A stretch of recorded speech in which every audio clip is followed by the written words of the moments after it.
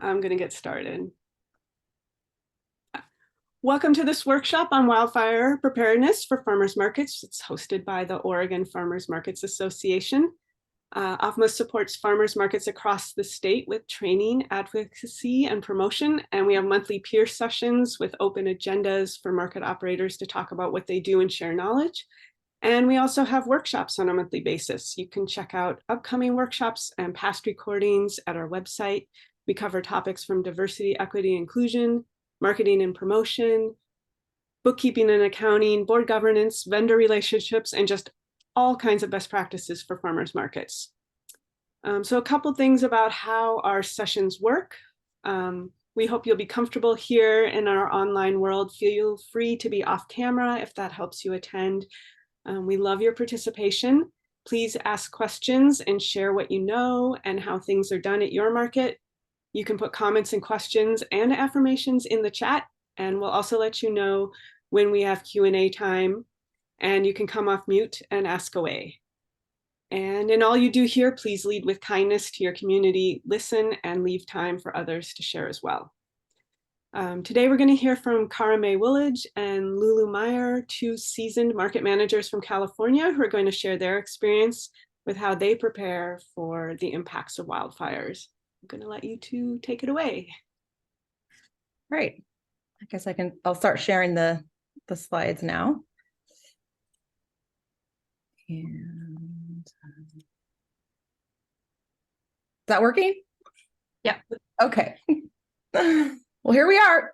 You know that. Thank you, Amanda, for covering some of the housekeeping items. I will admit that I have 5 cats in my house, one of whom is locked up right now. So I'm hoping the other 4 are going to behave. But, you know, as we said, just make yourselves feel comfortable and, you know, we'll get the most out of this next time with us. So some of the expectations for today, we are going to talk about some real life wildfire experience that Lulu and I have been through. And with our exercise, we'll practice some decision making around a wildfire smoke scenario. Hopefully this will inspire you to adapt our tools and learn lessons from what we have been through, and also to stay connected with us and each other so you can be a support to each other during this wildfire season.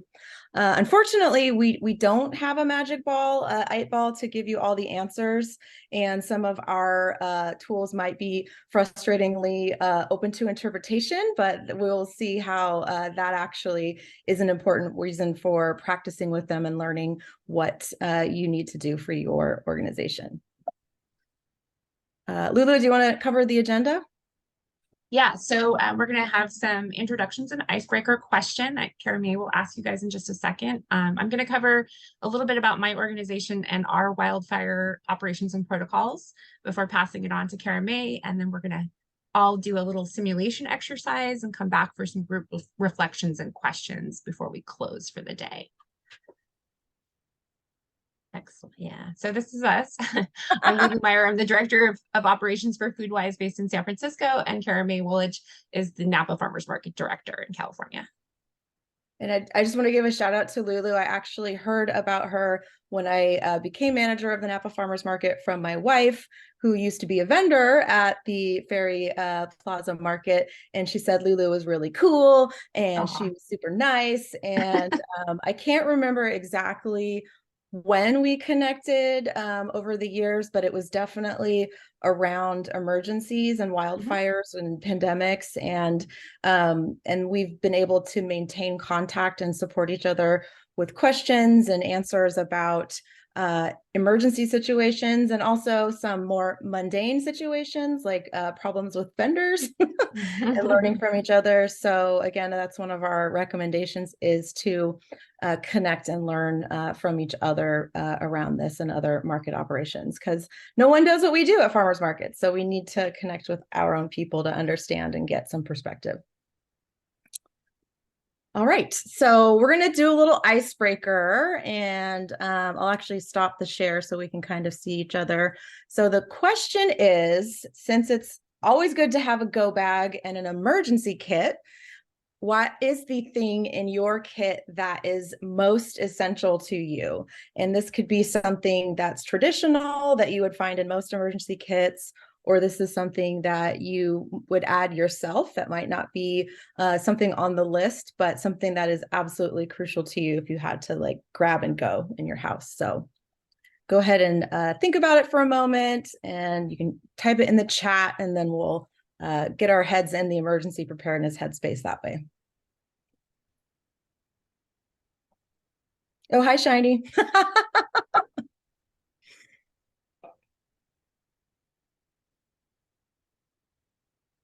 All right, we have our first brave person. Important documents. Yes, definitely. Definitely. Those are not collected in my house, that's for sure. That's a good recommendation. Medication, dog medication, freeze-dried backpacking meals. Yes.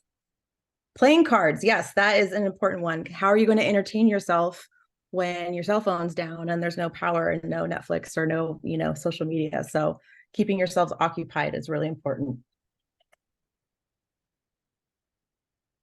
Yeah, flashlights are good. I actually have an emergency preparedness story. I, for years, it still do, have a headlamp on my bedpost. Let me tell you, it came in handy when the Napa earthquake hit, and I spent 30 seconds of my 35-year-old life thinking I was going to die because it was so violently shaking. And I was so freaked out that I couldn't feel the headlamp on my bed. I was able to find my phone with the flashlight and turn that on, but I did eventually find the headlamp, and it's definitely something you want to have around because you want to save that precious battery on your phone for other things.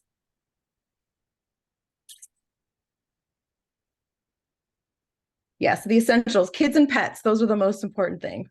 I was actually thinking, speaking of my 5 cats, I need to make sure I have enough cat carriers because I think we have more cats per capita at my house than cat carriers right now. So that's something I need to get all sorted out. What about you, Lulu? Is there anything essential that you'd like to have? Oh, duct tape, I think is just always it's like always in my pocket too, or on my wrist. So I think that would come in handy. It's good for everything. Fixes everything. Is I feel like market operators, we have maybe a lot of this stuff probably in our car or just lying around, like tent clamps, duct tape, those things all come in handy. So sounds like we've got some good ideas out there. All right, we'll get back to the slides. Keep us moving on. Everybody can see that? Yeah? Mm-hmm. Okay. All right, I'm gonna pass it on to you, Lulu. All right. So hi, everybody. Welcome. I am Lulu Meyer. I'm the Director of Operations for Foodwise. We are based in San Francisco. We're a 501c3 educational nonprofit. We were actually known as the Center for Urban Education about Sustainable Agriculture, or QUESA. You may or may not have heard of us. The name was a kind of a handful to say, a lot of syllables. Most people didn't know how to pronounce the acronym even. So we really made the decision to rebrand in 2022. Actually, we made the decision pre-pandemic, but we decided to wait until after the pandemic to really launch it. We feel like Foodwise is more in line with the work that we do and really reflects the vibrancy of our markets and our community. We're probably most well recognized for the Ferry Plaza Farmers Market, which is our biggest market at the Ferry Building downtown in San Francisco. But we also operate a seasonal market in the heart of the Mission District in San Francisco on Thursday afternoons, and we run a lot of free education programs as well. Next slide. So this gives you a little context of our market and who we're serving. We have 127 small farms and businesses that we're serving at our markets, and about half of them almost are identifying as BIPOC or women-owned. Collectively, about 23% of their annual sales are coming from our markets. Some vendors are as high as 95% of their annual sales. So the market is a really vital, important place for them. Next slide. In addition to our markets, we also host a number of programs that take place both in our markets and outside of our markets, including our Foodwise Kids and Teens program, our chef demos. We have panel discussions that are related to food and farming issues. We've also talked about Wildfire in some of those. We also formalized our Building Equity program this last year, which is striving to provide small business incubation space for BIPOC farms and food makers. We also host a number of special events every year, including our big summer bash in the summer that highlights our seasonal farmers and our community. And then we have a big gala dinner in the fall that is the big fundraising arm for all of the free programs that we run. We also work very closely with the restaurant community in the Bay Area to run the Market to Chef program. That's incentivizing these chefs to shop at our markets and source directly from our farmers. All of these programs, a lot of them happen within our market, so they're all going to be impacted similarly to our markets when we're dealing with an extreme weather incident or a dangerous air quality situation. So when we're making decisions about how to proceed, we also have to consider all of those programs and those participants as well and how they're impacted. Next slide. So when I started managing markets, which is like a million years ago at this point, it was 2004, almost 20 years ago, wildfires, air quality, not something we ever thought about, not something we ever dealt with, probably for the first 10 to 12 years of my career as a market manager. I never had to think about it. And it became more of the norm and a more annually reoccurring event for us about eight years ago, maybe 10 years ago. And it kind of happened overnight. We suddenly had to grapple with this thing that we had never really thought about, and we were having to make decisions in real time. So we really quickly realized that we needed to determine some protocols and have plans that we could refer back to. Our sellers, our shoppers, our staff was looking to us as market managers for the answers, and frankly, we didn't have them immediately. We were really working it out as we were going in the first couple of incidents that occurred. So in about 2 decades that I've been managing markets, I can say that this has been one of the biggest challenges. I do think that developing operational plans around wildfire adaptations actually helped me be better prepared for COVID-19 adaptations because it predated that. I got a little active training before we had to deal with COVID-19. So let's pass on to the next slide. So just a little background. These are images from one of my farmers who we monitor when fires are breaking out. A fire broke out in their area. We weren't sure if they'd been evacuated or not. We were kind of hearing mixed stories from that region. Couldn't get them on the phone, couldn't get them on email. So we were kind of worried about them, but they finally messaged me directly on Facebook and sent me these pictures and said, you know, we're okay. We actually haven't been evacuated yet, but this is what it looks like today in our field. So those are some of the pretty devastating first devastating pictures that I saw directly from my farmers coming into me. They really impacted the way we were thinking about what was going on. So, you know, in general, when we start hearing about fires breaking out, we start reaching out to anyone that's operating in the communities or the counties where the fires are happening, just to see how they're doing, check on them, see how they're impacted. This really helps us start to plan for an upcoming market because we know they may need to cancel because they may not be able to get out to the market, or they may have been evacuated. So that way we can also get info about what's happening with them and share that with people that ask. We also really try to update our seller contact info twice a year. So we do that in the beginning of the year and usually mid-year. We use, I would recommend Google Forms is like the best way to survey your sellers. But we think it's really important because we know people's staffing changes sometimes. So this way you have the most like up-to-date staff list from them, you know who you're supposed to contact, what's their preferred method of contact. And that way we have a better way to get a hold of them in events like this. Outreach, obviously, and communicating plans of action are super key when we're trying to navigate what we should do and if we're planning to open or not when the AQI is highly elevated. Next slide. So in an attempt to be prepared for future events, we started adding protocols to our rules and our regulations after the first year.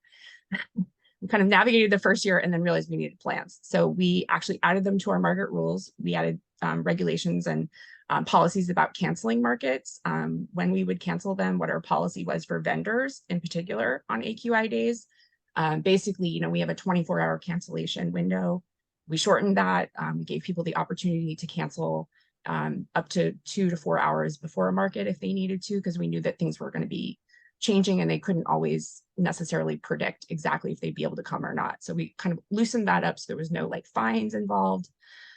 We also created some baselines for when we would fully cancel a market, how or when we would decide to stay open, if we would stay open but maybe limit our hours, or if we would stay open and just totally eliminate all extracurricular stuff, no chef demos, no seasonal celebrations, obviously, no musicians, asking our prepared food vendors to only make takeaway items, that type of thing. And then we also created some policies to reduce our own staffing levels, because when the AQI is predicted to be more high for more than 4 hours, we understand that people may have health concerns about that. So we offered our staff the ability to opt out of shifts, work a shorter shift perhaps to limit their exposure. And then we also started offering hazard pay in the second year. We also provided our staff with N95 masks. And we are pretty blessed at our Ferry Building location, I will say, because we have an indoor space that we can make available to our staff, our farmers, their staff, to have a place to go inside during a day like that, to have be inside in an air filtration situation and take a break from the exposure. I totally recognize we're pretty blessed to have that, and not everybody has that. So I get that. Getting up to the market days, as we're starting to watch the AQI climb, we track it through a lot of different apps, the emergency and weather services. These are pretty helpful. They kind of fluctuate a little bit between them, but we just start keeping an eye on them several days ahead of time and then in the hours leading up to the market. We know that winds can really drastically change what the AQI level is going to be. So we really start to monitor those more closely in the hours leading up to the start of a market. I will say that the one resource I found the most invaluable was to really connect more with other market operators in our areas. It's really nice to have not only that support from someone who's literally in the same boat as you at that same time, but also to have an open dialogue, share best practices, talk about who's canceling and who's not. And I will say that I really count Cara Mae from Napa as, who you're going to hear from later, as the most valuable asset a lot of us have in Northern California. Her guidelines were truly the blueprint that we use to create our own. And we're going to share those with you a little bit later. Next slide. So during fire and other emergencies, we are often the clearinghouse for a lot of information. The media is reaching out to us. We have concerned shoppers reaching out to us. Other farmers want to know how other farmers are doing. So we really try to keep a close tab on everything as best we can. And then we can also figure out where we can direct in more dire circumstances, where best to direct aid and relief. If it looks like we're going to cancel a market, we would make our best effort to notify sellers, obviously, as soon as possible, and then follow up with them. Like we would tell them a couple days ahead of time, it's possible. Then we would probably follow up the next day and about 4 hours before the start of the market as well. Try to give them as much time as possible, of course, so they can prepare and plan. If we do remain open, I always advise the sellers to bring less product. Historically, we've tracked it. It looks like it's about 60 to 70% of what a normal sales would be. So we ask them just bring less product for sure. It's kind of similar to like a heavy rainy day in that. And then we also advise our sellers to consider that what's your own comfort level. And what's your own health considerations, and and your staff. Think about your staff as well, and what are they comfortable with? And really, like, feel free to cancel if you're uncomfortable attending. Like, that's okay, and you don't have to send staff if you're uncomfortable doing that. For our shoppers, we use a combination. Social media really works well. We also put stuff on our website. We have a very active e-letter list that we would communicate with whenever there's a change to the market hours, if we're going to cancel. Or if we're just going to let them know that we're going to be open regardless, because I think that's important too, because a lot of them might assume, oh, you're not going to be open because the air's bad. But if we're going to be open, we also want to remind people we're open. And then we ask our farmers and our sellers to do the same, because they have a big audience. A lot of them have a social media following. It's really helpful if they do that as well. Wildfire and disaster scenarios are very newsworthy, and we know that. So inevitably, there's a lot of media attention that happens. Often we'll get a news crew that comes on site, and we really try to kind of intervene, connect with them directly on behalf of the farmers and the vendors, if possible, if needed. So we can talk to the media about the important and essential role that farmers markets play for food access. We developed some really good relationships with some of our local food writers in San Francisco, as well as the Bay Area. Those are super helpful too, post fires mostly in particular, because they tell the stories of the farms that are impacted. And then it really helps direct aid and donations where they need to go. I know that even the best intentions and planning, it's really possible to struggle with the right answers. I know that firsthand. My operation's not perfect. I don't have a silver bullet to share with you today, unfortunately. A lot of trial and error, and I know that a lot of you guys are going through this and adapting to new challenges yourself. Making these difficult decisions about closing a market or altering the hours even really affects the livelihoods of your farmers and your food vendors. I totally appreciate that. This is always the most challenging part, I think, of managing a market.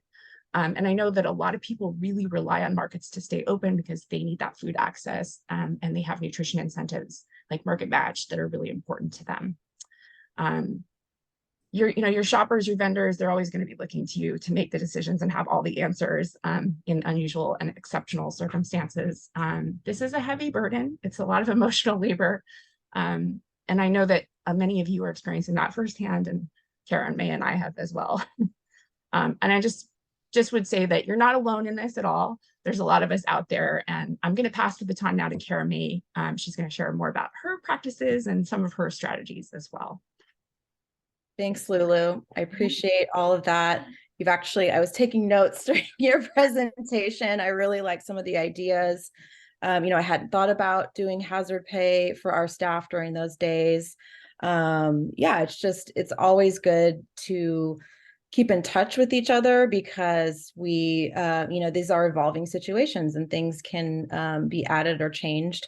I appreciate your compliment as a resource, because I always look up to Foodwise as a leader in Northern California and farmers markets. And, our organization is smaller. So I just think it's incredible to build relationships between markets and organizations so that we can support each other and use our skills best. So. All right, so I'm going to take over. So before I get started, I wanted to acknowledge the ancestral and unceded territory of the Patwin, Anasazi, Miwok, and Pomo peoples. They have been here long before and still to this day before we've been recognized as the Napa Valley. So this is where my market is located. This is where I live. And we are just about 1 hour if there was no traffic north of San Francisco, for those of you who don't know where Napa is, but we are part of the North Bay and part of the California matrix that gets caught up in the wildfires a lot. So just to give you a little bit, I also wanted to say I've noticed that my screen has been lagging a little bit, like right now my video is, so hopefully you can hear me still. Okay, I'm just going to stop looking at myself.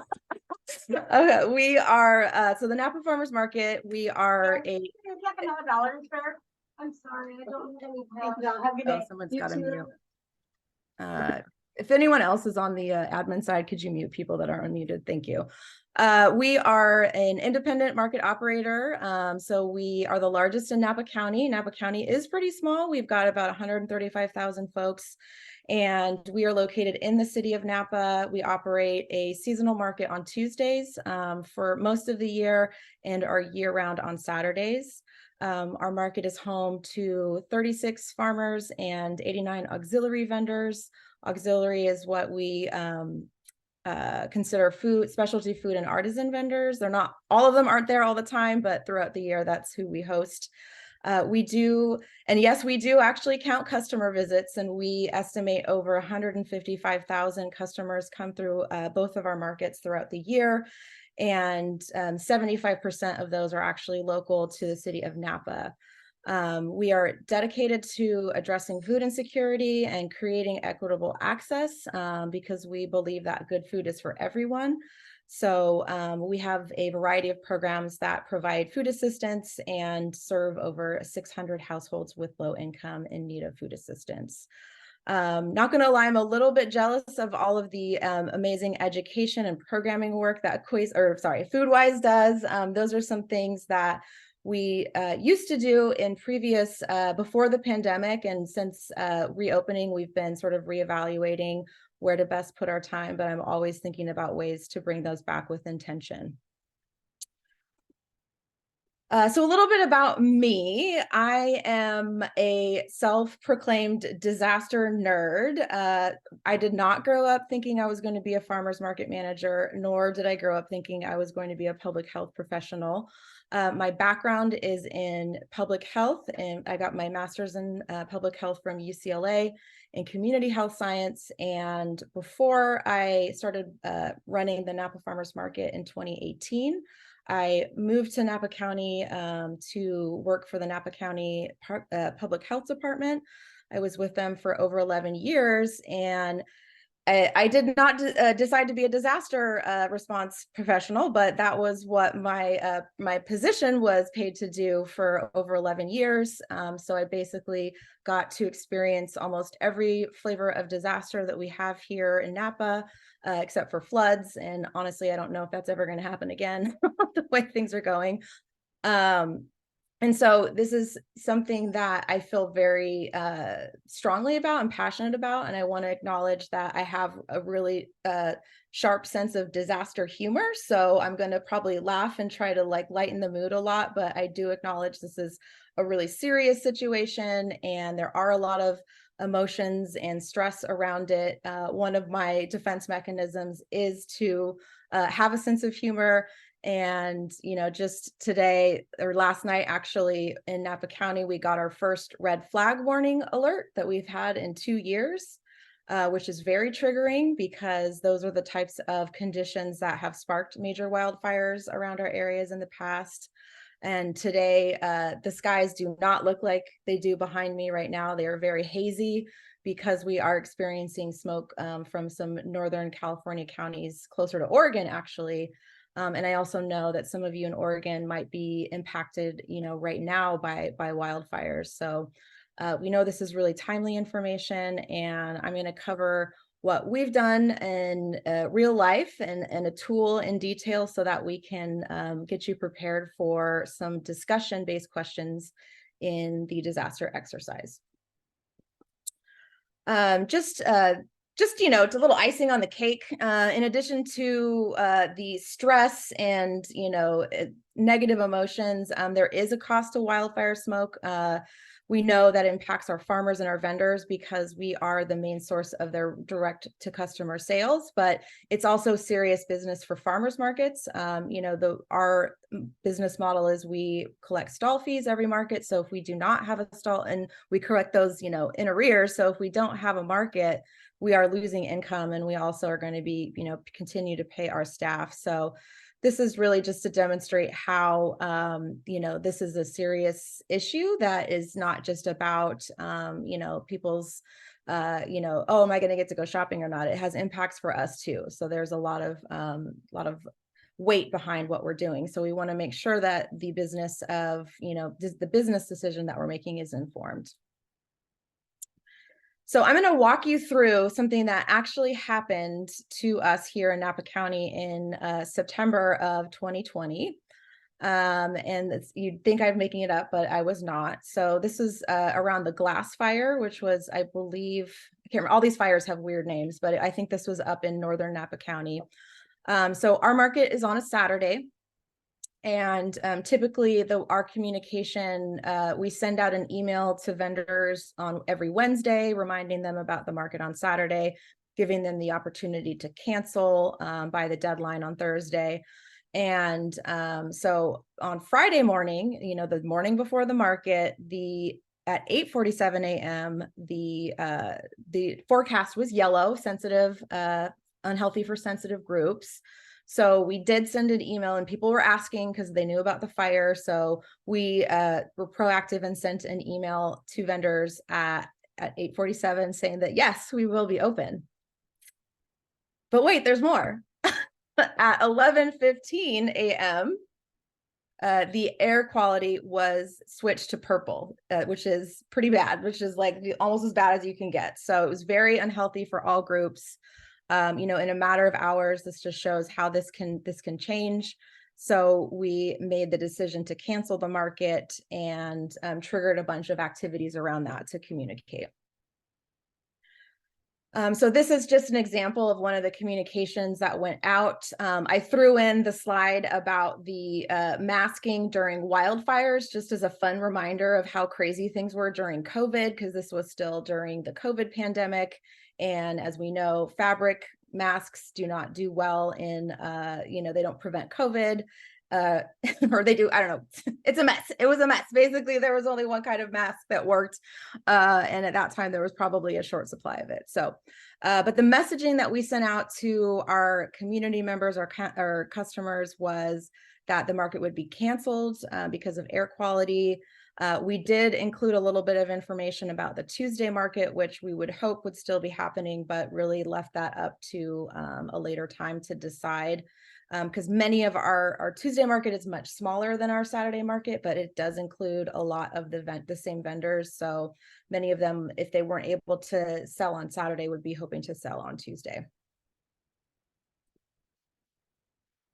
So what was the reaction? We got a lot of different levels of reaction from our audiences.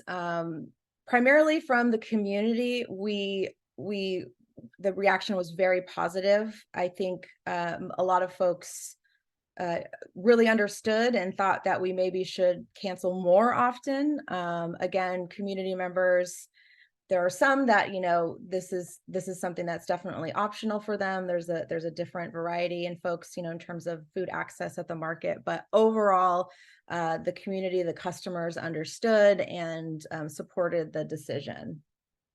So our auxiliary vendors, we made special, when we were communicating with folks, we tried to reach as soon as possible the folks like the bakers, the folks that are making products probably that Friday for the Saturday market as soon as possible, if they could potentially, if we could help them, not produce for the market. But in general, a lot of our auxiliary vendors were, disappointed, but understanding and supportive of the decision to cancel.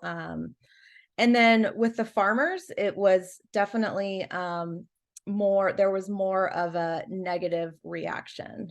So it not so much so that they disagreed with our decision, but it was just much harder for them. So my main example is one of our farmers, who's actually our farmer representative on the board of directors, is a good friend of mine, helped us approve the wildfire policy as the board that we adopted, is located in neighboring Yolo County, just a few miles away from Napa County. I actually informed the board first that we were going to be canceling the market, and she called me in tears just because it was just so devastating. She was exhausted. They had been working in these conditions already, harvesting, and just knowing, and, she was fully aware of the policy. It's just the reality of when, you have something on a piece of paper to when you're actually enforcing it. It brings up a lot of emotion. So she, agreed with the decision, and she understood the reasoning behind it. It's just a really emotional time, especially for our farmers that are working outside in these conditions and harvesting in smoke, and then having it canceled and potentially not having anywhere to sell their produce. Don't worry, don't get your magnifying glasses out. I'm going to cover this in detail in the next few slides. This is the one-page policy document that I started working on, that I keep working on. We're going to share the Word document with you. It is, please use it, adapt it as you see fit. It is something that I took from my previous life of living and breathing in emergency plans and preparedness. And I really find it useful as a useful tool, not only for wildfire, but this can be adapted for things like extreme weather or other sort of all hazards preparedness. So and I try to keep it on one page because, we want to keep things short and sweet during disaster, because we're already firing on all cylinders and we need to just pretty much get to the point. So I'll cover it in detail in the next few slides.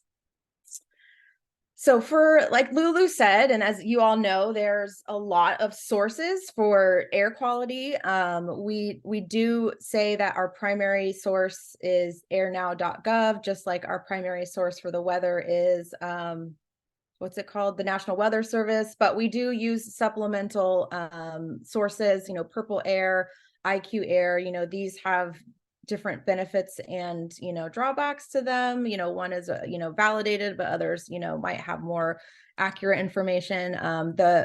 The one of the reasons to say that like you're picking one or which ones you're using is because inevitably you'll hear from other sources like, well, I checked this source and it said this. So, it's good to know what's out there.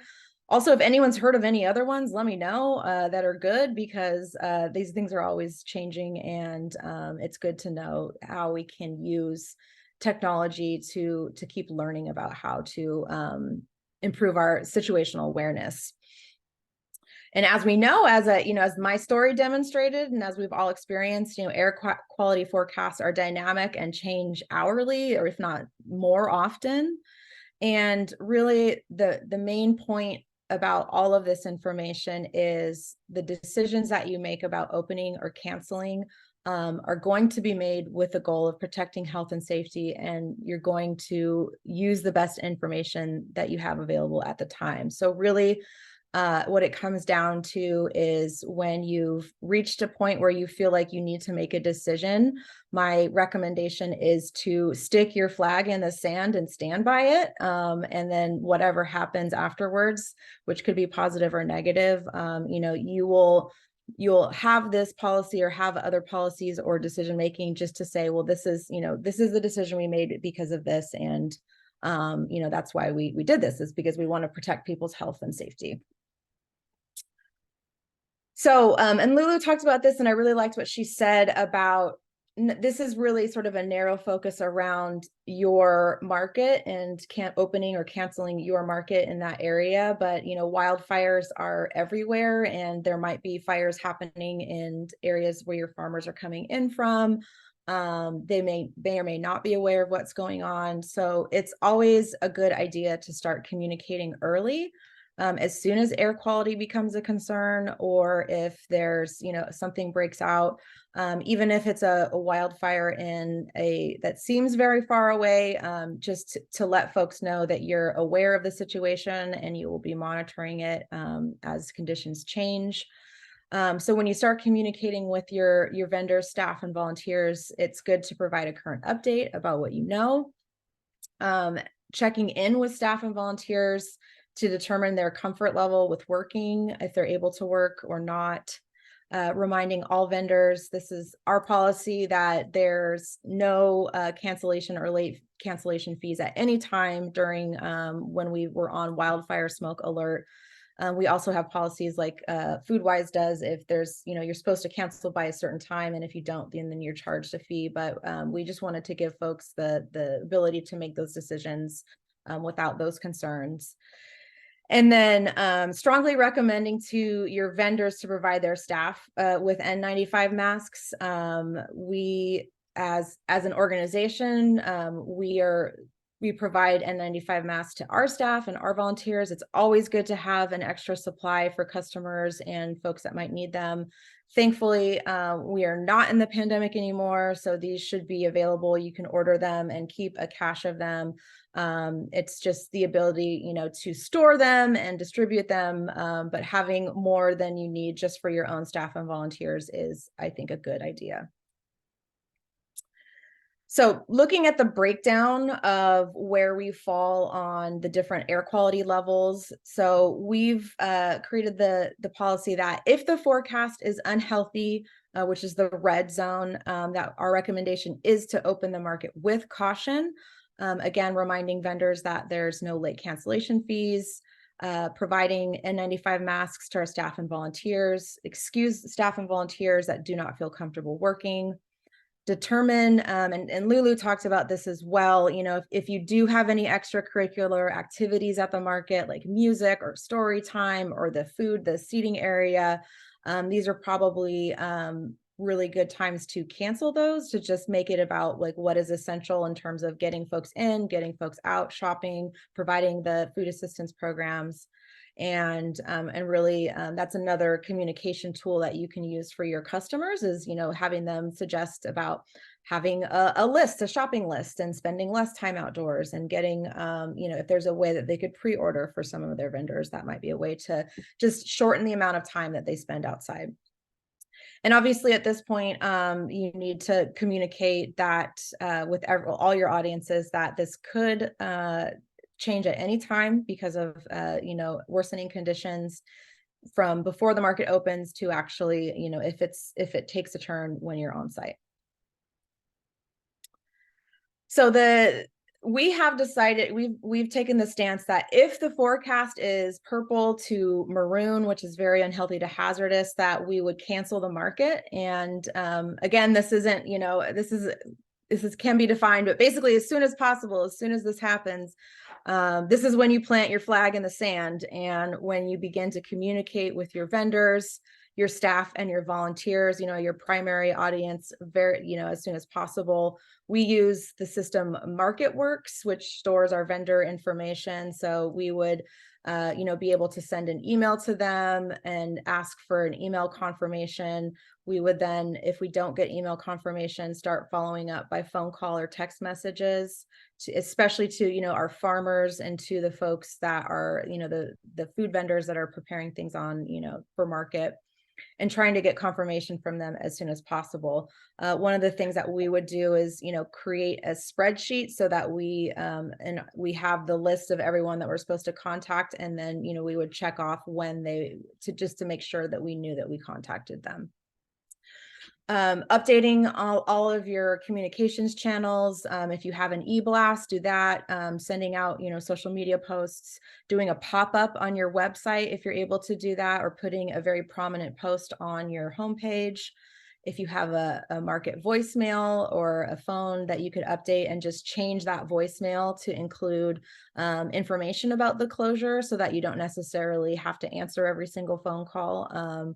But it's there if folks call to leave a message. That's a lot of the times what they're doing, is calling to find out if you're going to be open. And then hopefully you have local media contacts, newspaper, radio station, you know, getting the information out to them through their channels as quickly as possible. Okay, it's a lot of information. Should we stop and ask questions, or should we just keep going? Does anyone have any questions? And I have not been able to look in the chat. Oh, heat. Yeah, there's a question about heat. I honestly can't answer that question. I think the hottest day here is probably cool by a lot of your standards. So okay, San Francisco. I'm gonna pass that to Cara Mae. Yes, I think heat isn't. This is. I don't have any specific ones, but what my recommendation would be to take the format of the wildfire smoke one, and look at some of the, you know, what are the trigger points, you know, in terms of, you know, where would you start to look at? It's there's the heat watch and the heat, what is it? Advisory or alert, you know, that, yeah. So I don't have the exact answer, but I think this is great. That's great for us. Unfortunately, it's also been extreme weather with rain, which is really, this was completely new to us in Napa, because, you know, we are open outdoors year round on Saturdays. We don't have the luxury of having an indoor place like Foodwise. So we are out in the elements, and we've had some extreme examples. So there's a lot of things that this could be adapted for, and I think this will, and a lot, but really the difference is, what are the trigger points for your organization to make a decision and to plant that flag in the sand and say, we're going to close. And then once that happens, a lot of the emergency response actions are actually very similar. So I think those are some important questions and takeaways to have with your own organization. Yeah, I would also just chime in and say that even though heat is not a problem for us, I noticed more in the last couple of years that, like, the National Weather Service and the sources that we're using to look at AQI stuff, they're also talking about heat index and when it's safe and how many hours it's safe to be outside doing physical activity. I think that's kind of newish. And I would advise looking at that as your baseline for creating protocols for your own market. Yes, and I saw a comment too that is good about putting an actual sign or A-frame, Yep. you know, in case folks can't tell by the fact that you're not there, but they might be wondering if you're open or not. Yeah, that's one thing I didn't mention, that we usually, Yeah. if we've had to cancel once and we did put signs out, we also stationed ourselves, like one of us was stationed there throughout the day, just in case. And that's you're also co-located because you have an office, right? So yeah, I mean, at our mission, we have nothing. Oh, so we're like everyone else out in the street. But Lisa, I think Lisa has a question. Yeah, I was just gonna ask if y'all have ever come across a situation where your staff wasn't comfortable coming and then you didn't have any staff and you had to close like for that specific reason.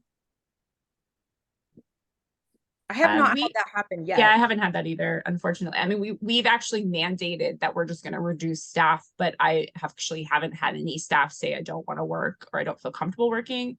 We made the decision just because we felt it was safer to not have as many hours for someone to be exposed, to limit their shift a little bit, and they were all fine with that. And then we found out ways to make up hours for them in other ways. That's a great question, because that is definitely something that could happen.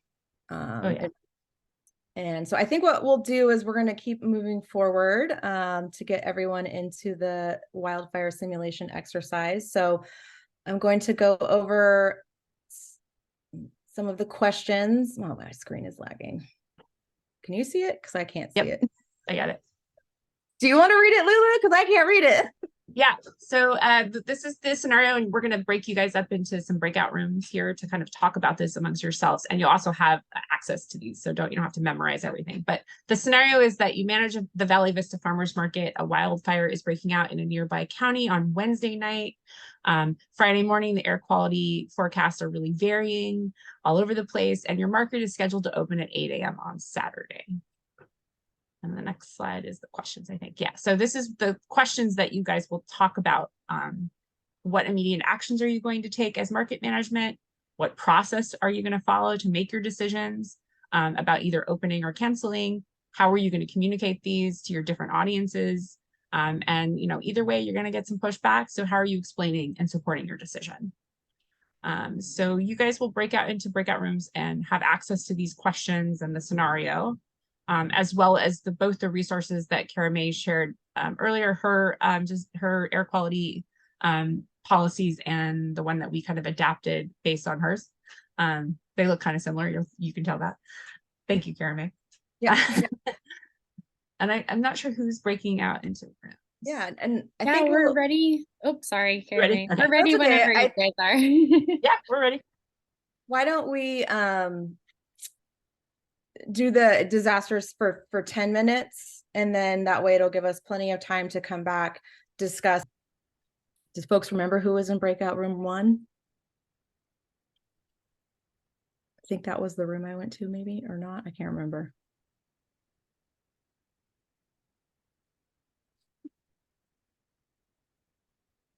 Did y'all pick a spokesperson? I nominate Alexis. Come on, volunteer tribute. Let's go. I should have turned my camera off before going back to the main. We tried to answer the questions, but we didn't really follow the questions. We talked about when we make the call, what the threshold is. We talked about looking at maps and maybe the wind as well to determine where the smoke might be heading to. If anybody from the group has things to add, please jump in. But I think my question really is like when it's I have a hard time when it's kind of in like a gray area, or maybe it's turned really bad really quickly. Am I frozen? I'm frozen on my screen. No, I can hear you though. Okay, cool.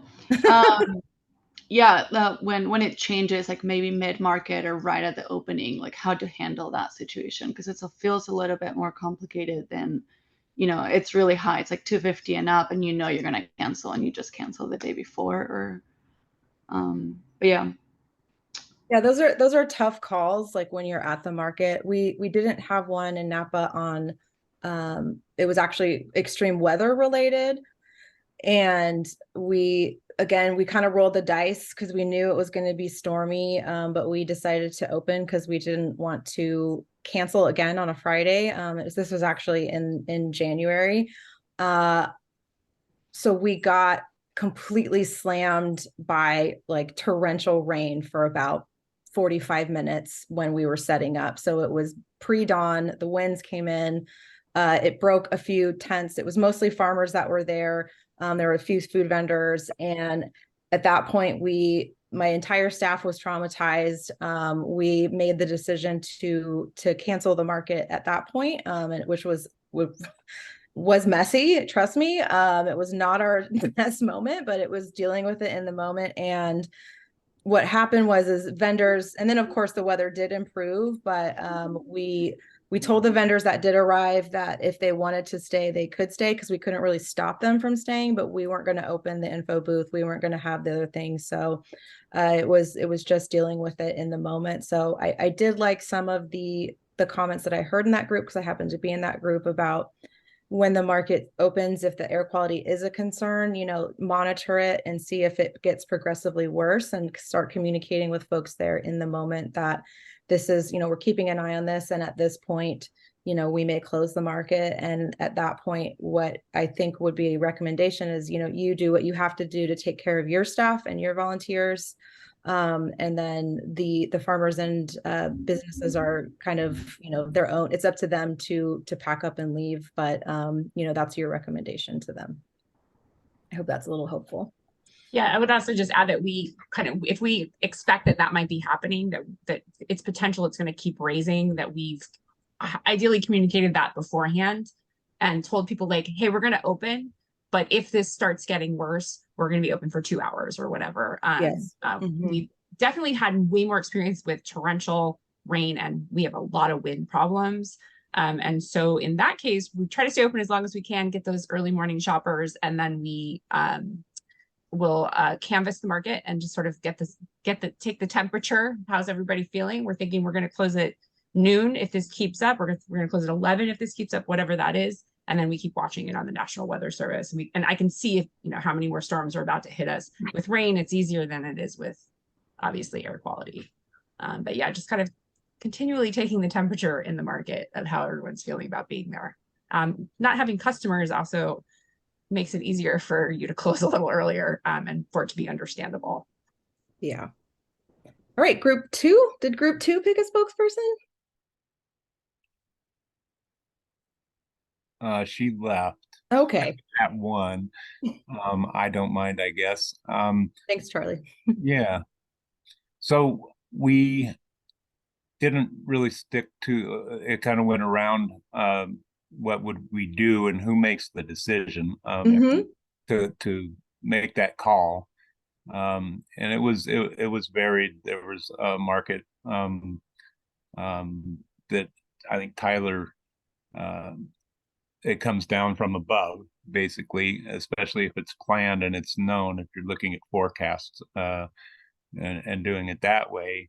For us, Klamath Falls Farmers Market, it would basically be my decision, the market managers, but I would bounce that off of the board. And just looking back over the last 15 years, there has been very few times that it was considered, and mainly because of wind and snow blowing sideways in October in Klamath Falls. That can happen here. And it's more or less a consensus kind of a thing, which is what I was hearing from you a little bit too, Cara Mae and Lulu. Kind of a consensus thing as you get to the market and things aren't looking great, is get a gauge of the temperature, and then talk to the vendors as far as what they think, how they're feeling about the situation. That is it extreme enough? I think making the decision prior, looking days ahead would be really the unintended consequences. You really need to bring your vendors into that decision. Customers will come or not. I mean, they'll make that decision on their own, I think. But as far as the discussion goes, it was buried along those lines.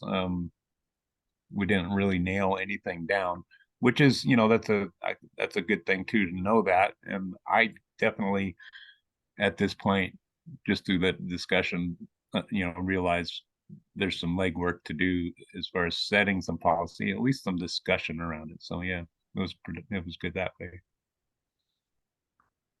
Yeah, I'm telling you, I wish I had that magic 8 ball, but I think that that's spot on, beginning these conversations now with the stakeholders.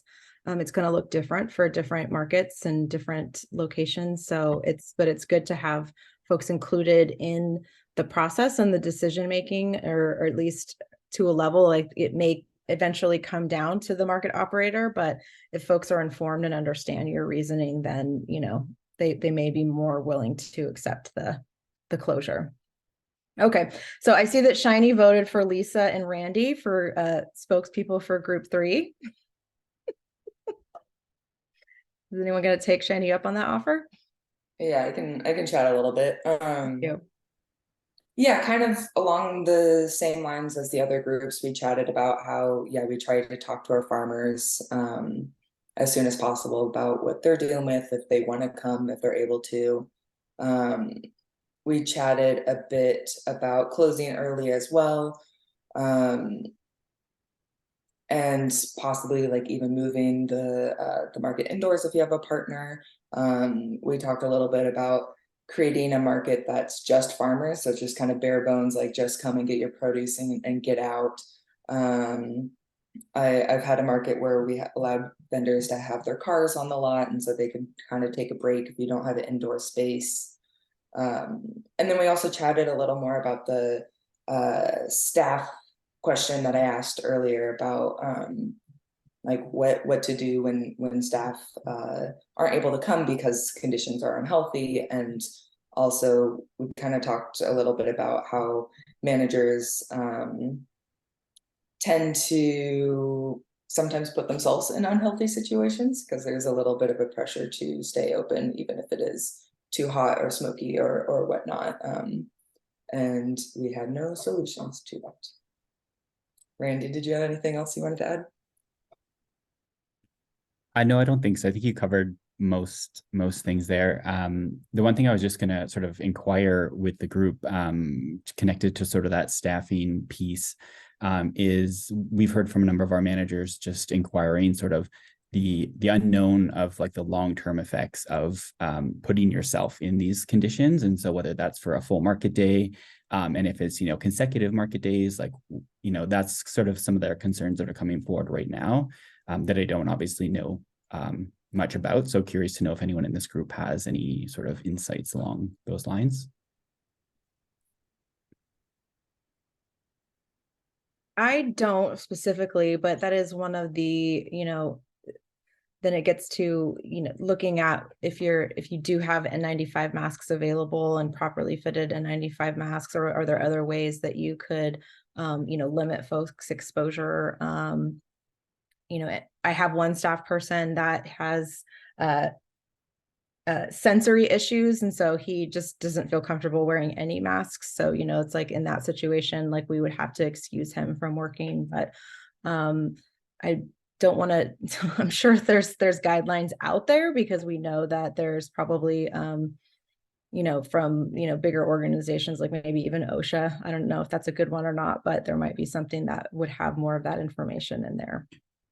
But, and again, these are great. I really liked, Lisa, some of the creative solutions that y'all came up with in terms of having, limiting the types of vendors that were there, looking for an alternative place to set up a market, or just an alternative setup to really make sure that there's, we're able to still serve our primary customers, which are farmers of farmers markets, and then the community. But it's again, there's a lot of unanswered questions that are going to continue on, but hopefully this inspired some of you to keep this conversation going with your own organizations and with each other moving forward.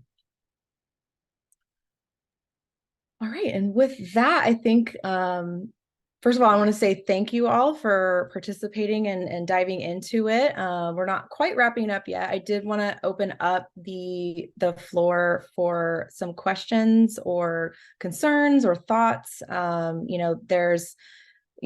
do think this is a very cool space where we get together. We do this with California market managers, so it's really cool for me to be here with you with Oregon farmers market managers and operators. So let's just, are there questions or thoughts that y'all had that you'd like to talk about with the group? Please don't be shy. I was just gonna comment, Randy, I don't know if this is helpful at all, but I remember reading a couple years ago when it was smoky here that was like, oh, if you stand outside for 15 minutes, it's like smoking one cigarette, something along those lines.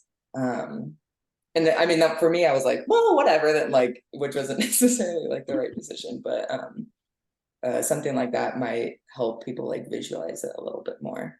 And then just another tangent. I feel like market managers have a lot of pressure to like be outside in the smoke or whatnot because our farmers have been outside for the last week. And it's like, oh, if they've been doing that for that long, like we need to be here to help support, which isn't good for them necessarily, because I know they have that pressure because they have to pick their tomatoes or whatnot. But yeah, just not going anywhere with that. Yeah.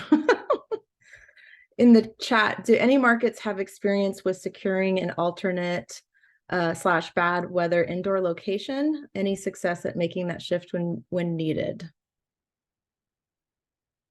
Has anyone been able to do that? Because I want to hear about it.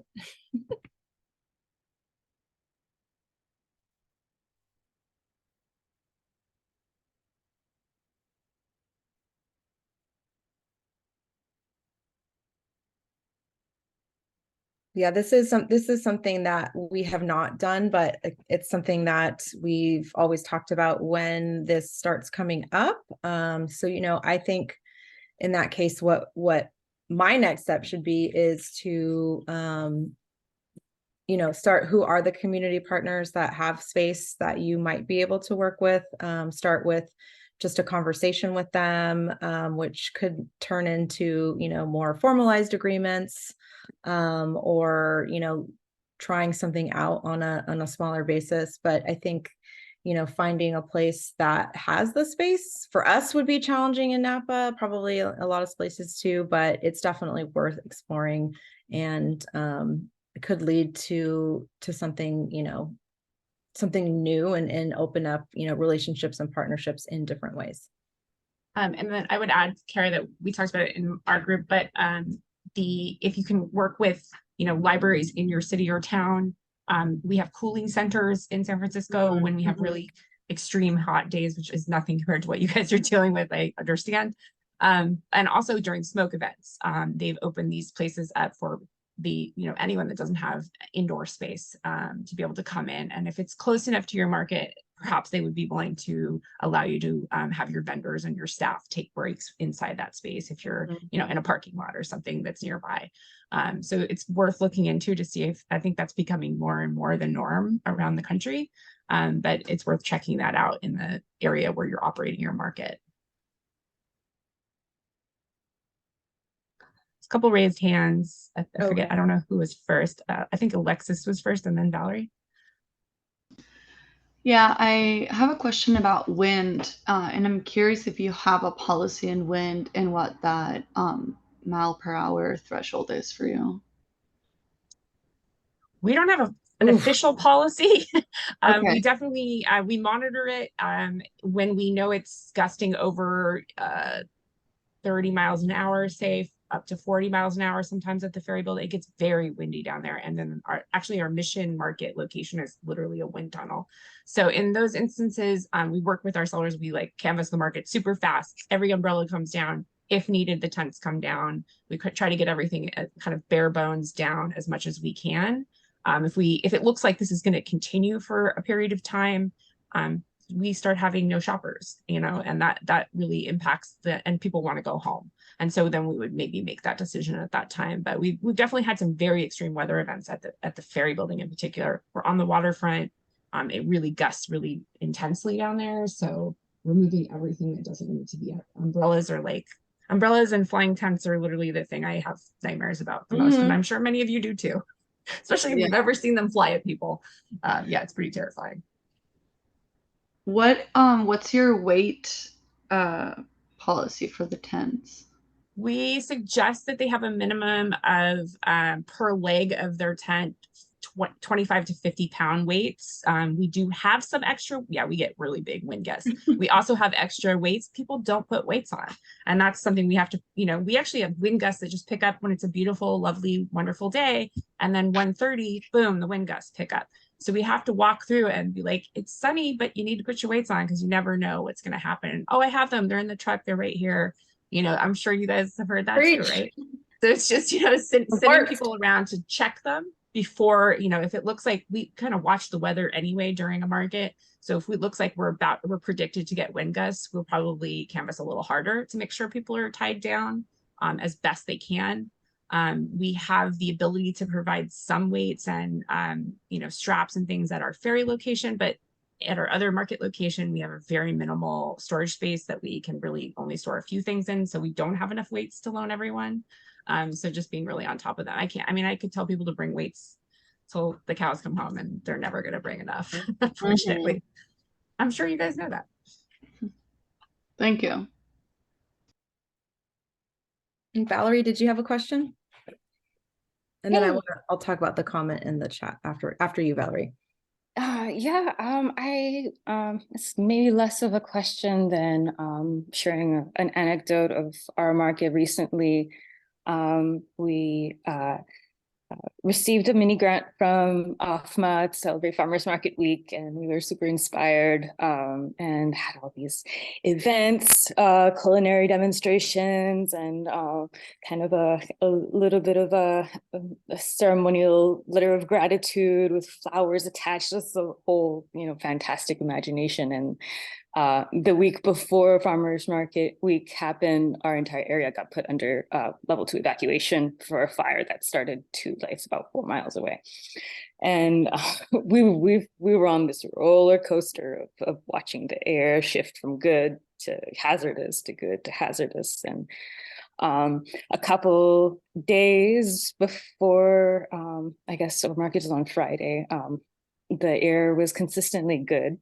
So we decided to throw this celebration anyways. And our rationale was that, the farmers market is a community space, and it's in times of, your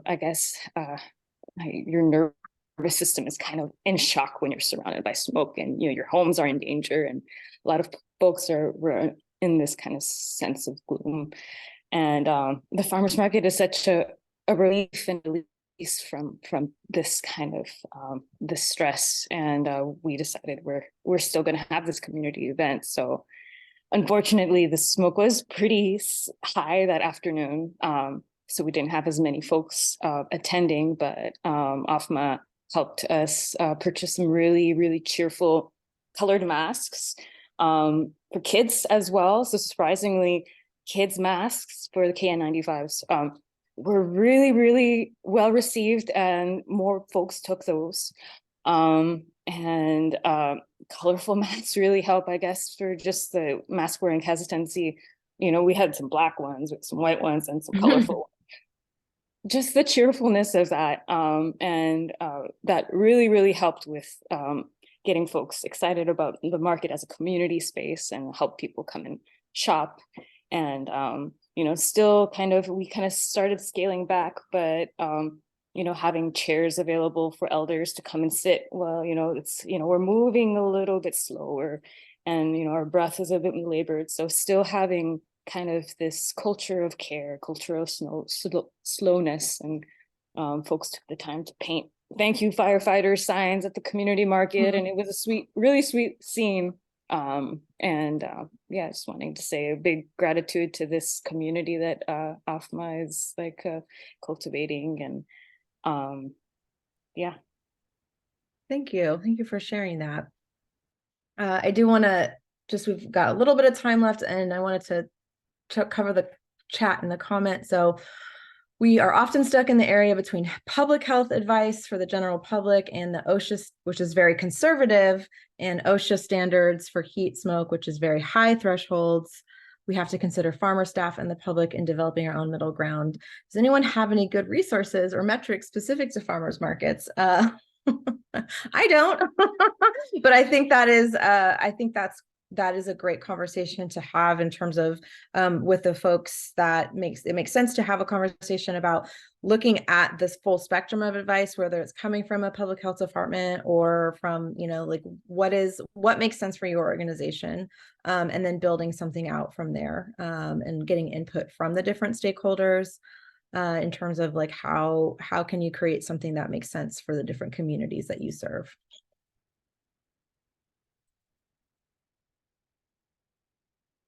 Any final thoughts?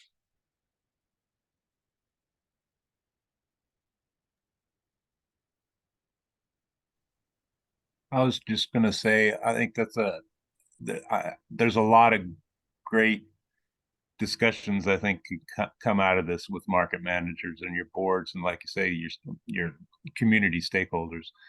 Then when something comes up, at least you have an idea of some of the resources that can come into play to help you deal with them.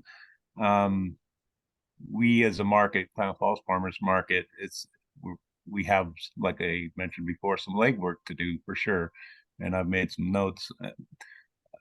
It definitely takes, more heads and more organizations that come at it from different directions. You get different ideas, so I can see that the discussions being really productive. And it's it's not just smoke, but any adversity type of adverse event in your community, whether it's weather, wind. Here in October, we definitely get a lot of that. Smoke during the summer heat. There's definitely issues where you have health concerns for your vendors, your farmers, and the public also. So having some kind of a plan, or having had discussions and working towards some kind of plans is a plan in of itself to work on this stuff. So I appreciate the opportunity to discuss it. Thank you, Charlie. Hi, Shiny. I did have a thought. So it's not a metric, but so many of our markets have mission statements that talk about the health and wellness of our communities that we serve. And when you have to make an unpopular decision, which, surprise, is a big part of our lives, I think it's your mission that you need to hold on to. People are upset. The bakers baked things, the farmers harvested things. And also your mission says that you exist to care for them, right? In some capacity. And in my farming community, just this last heat wave in the last 10 days, we lost a life due to working in heat conditions. And it wasn't associated with any farms that I'm connected to. There's nothing I could have done to exert leadership to encourage this person to have stayed home. But I can think now more carefully about all the places where I do have influence to exert. And I would rather be unpopular and never know how close we could have come to losing a life than discover that loss and have to reflect on the decisions I made around it. So I know that doesn't stave off the people that we also really care for economically in our communities. But if it helps, hold on to your mission. And if your mission doesn't give you something to hold on to here, then it's probably time to take a look at your mission. Thank you. Shiny, thank you. Yes, I agree. Sometimes it feels like as a market manager that we're the principals of a school, and we're the ones that go around. Do you have your weights? Do you have your weights? Do you have your weights? we want to keep you from dying. So like we do that for a reason. We do that from love because we've seen it all. We've seen the tents flying, and we want to prevent those types of situations from happening. And like Shiny said, if we have to make the tough decision, that's when you plant your flag in the sand and you say, this is why I did this. And, we'll continue to serve the community during good times and bad times. So. All right, I'm just going to put up this. Oh, did I close it? Yikes. The screen. I thought I had the screen. Maybe Lulu and I can send you our contact information, or Amanda can send that out, because we're happy to keep that conversation going.